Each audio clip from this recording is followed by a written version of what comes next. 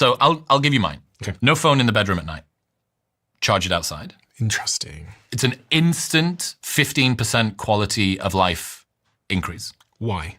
Because when you start your day, if you use your phone as your alarm, you roll over, you turn the alarm off, and immediately you're looking at your phone. You haven't got up, you haven't got moving, you're not hydrated, you're not seeing sunlight in your eyes.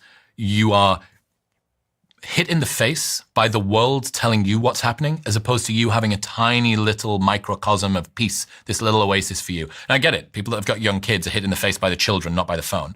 But even if you do, adding the phone and the scroll and everything else on top, that means you're not present with the kids. So even if the kids are a problem, you don't need to have the phone in there. You wake up. It means that you're always on the other side. The world is happening to you, you're not happening to the world. When you go to bed on a nighttime, you're going to be using your phone before you go to sleep, which means that you're going to cut into your sleep time. You're going to be in an environment digitally that's going to make yourself feel horrendous. It's not good. It's not good for sleep. Whether it's the blue light, there's a little bit of research that seems to say that it's not the blue light so much as it is the scroll sort of dopamine trigger, adrenal, intermittent schedule reward thing, that's the main issue of what's going on. But it also means if you can't sleep, you know, you can just roll over and pick your phone up and now you're 2 hours into a YouTube scroll hole. So getting your phone and putting it outside of the bedroom is no cost. There's no reason to not do it. The only reason to not do it is somebody needs to ring you or something like that. I get it. Maybe you've got kids that are out late and you need to make sure that they're okay in case some sort of catastrophe occurs. But really, there are very few excuses to not have it outside. Radio alarm clocks have existed for forever. Buy a radio alarm clock. Take your phone cable now and put it in the kitchen or put it in the living room or something.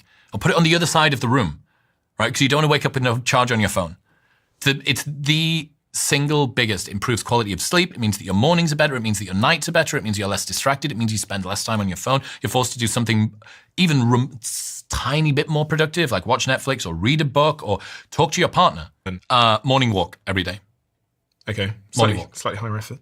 The research around this is fantastic. Humans obviously pushed this a lot, morning sunlight in your eyes. Even if you don't have the sun, even if you're somewhere dark and cold and wet, it doesn't matter. Getting up and doing ambulation, so walking through an environment while your eyes scan left and right, seems to tune down your fear response. It makes your amygdala just a little bit more calm.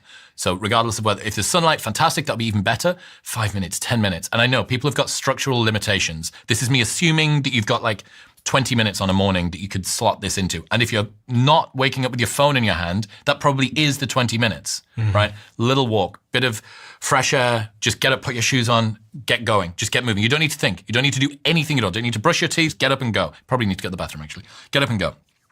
No caffeine within 90 minutes of waking. Just push your caffeine a little bit later. It seems like the adenosine system isn't dominant during the first 90 minutes of the day. Your adrenal system is. So adenosine is the receptors that deal with caffeine and tiredness. Correct, and tiredness, exactly. And caffeine binds to it and it stops you from feeling tired.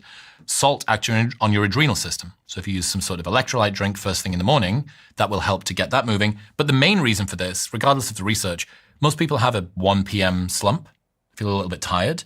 And I think if you just push that caffeine a little bit later, just see if you can hold on. When you wake up, you should be okay-ish. Just the natural cortisol, you've gone for your little walk, you know, here we are, the day's begun. Do you really need a coffee within 20 minutes of waking? Because that's what most people's first thing is. Just see what happens, test it. See what happens if you push it back by 90 minutes and see how you feel. At least for me, I know that works well. No alcohol for 6 months. This is a big one. This is much more high effort for a lot of people, even people that don't drink that much. Because a lot of the parties and things that you attend are not superbly fun.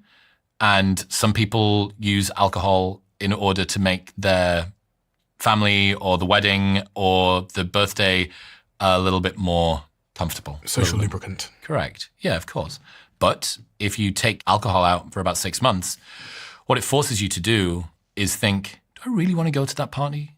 Or I'm actually having to anesthetize myself of the people that I'm around. Like, if you can only bear to be around your friends when you're drinking, that's probably not a good indication.